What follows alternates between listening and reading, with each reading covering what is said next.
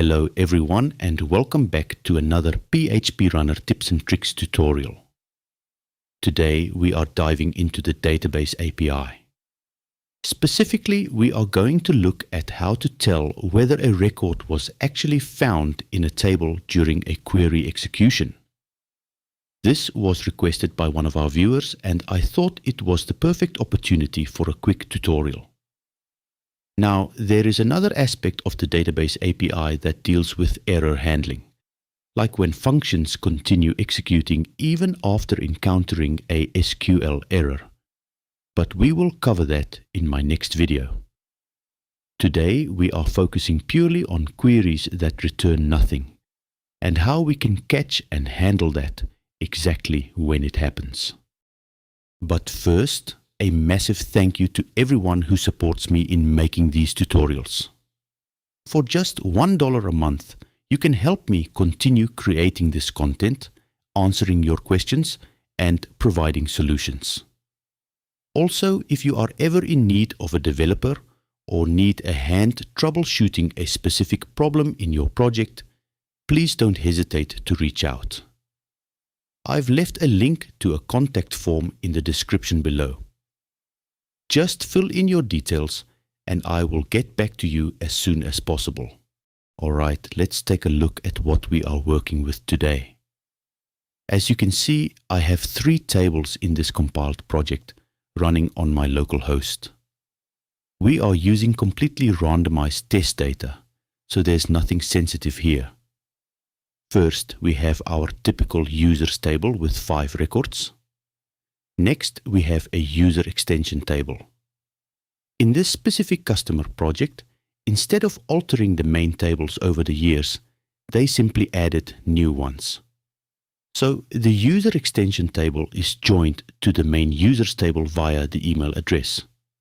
This extension table holds a specific footer ID for each user. Finally, we have our email footer table. If we open this up, you will see there are only 2 records, ID1 and ID2, each containing a text and an HTML footer. Here is the challenge. Let's take our first user, John Doe. If we check his extension record, his footer ID is set to 3. However, in our email footer table, ID3 doesn't exist. When the user clicks the email button on the grid, the system needs to know whether that email went out with a custom footer or without one because it couldn't be found in the database. To achieve this, we are going to focus on the email button that I've already inserted into the user grid. Let's jump into the designer page and head over to the Events tab. The first thing that executes when we click this button is the client before event. We are keeping it simple here with a dialog box that prompts the user for 2 things: a subject and a body for the email. Because this button sits directly inside the grid, we can easily grab the user's email address using row.getFieldValue, place it into a parameters array, and send it straight to the server event. Moving on to the server event, this is where the magic happens. First, we execute a secure SQL query to fetch the footer ID from the user extension table, using the email address we just passed over. Next, we initialize our HTML footer variable and set our footer found result to false by default. We always assume there is no footer until proven otherwise. Then we check if a footer ID actually exists. If it does, we run a second query to pull the HTML footer from the email footer table. If that query successfully returns a value, we flip our footer found variable to true. Now from here, the process is straightforward. We package the email, subject and body into an array and pass it to the runner_mail function. However, because I am running this on my local machine without an SMTP server configured, a real email attempt will absolutely fail. To demonstrate our logic without throwing an actual server error, I am going to temporarily comment out the runner mail function and manually set the return variable to true. This creates a temporary fake success so we can test our UI. Finally, in the client after event, we use a clean nested if statement to trigger one of 3 sweet alerts based on the outcome.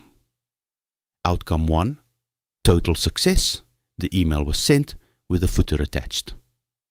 Outcome 2, the email was sent but we couldn't find a footer in the database. Outcome 3, complete failure, meaning the email did not send at all. Let's save this, build the project, and view it in the browser to see it in action.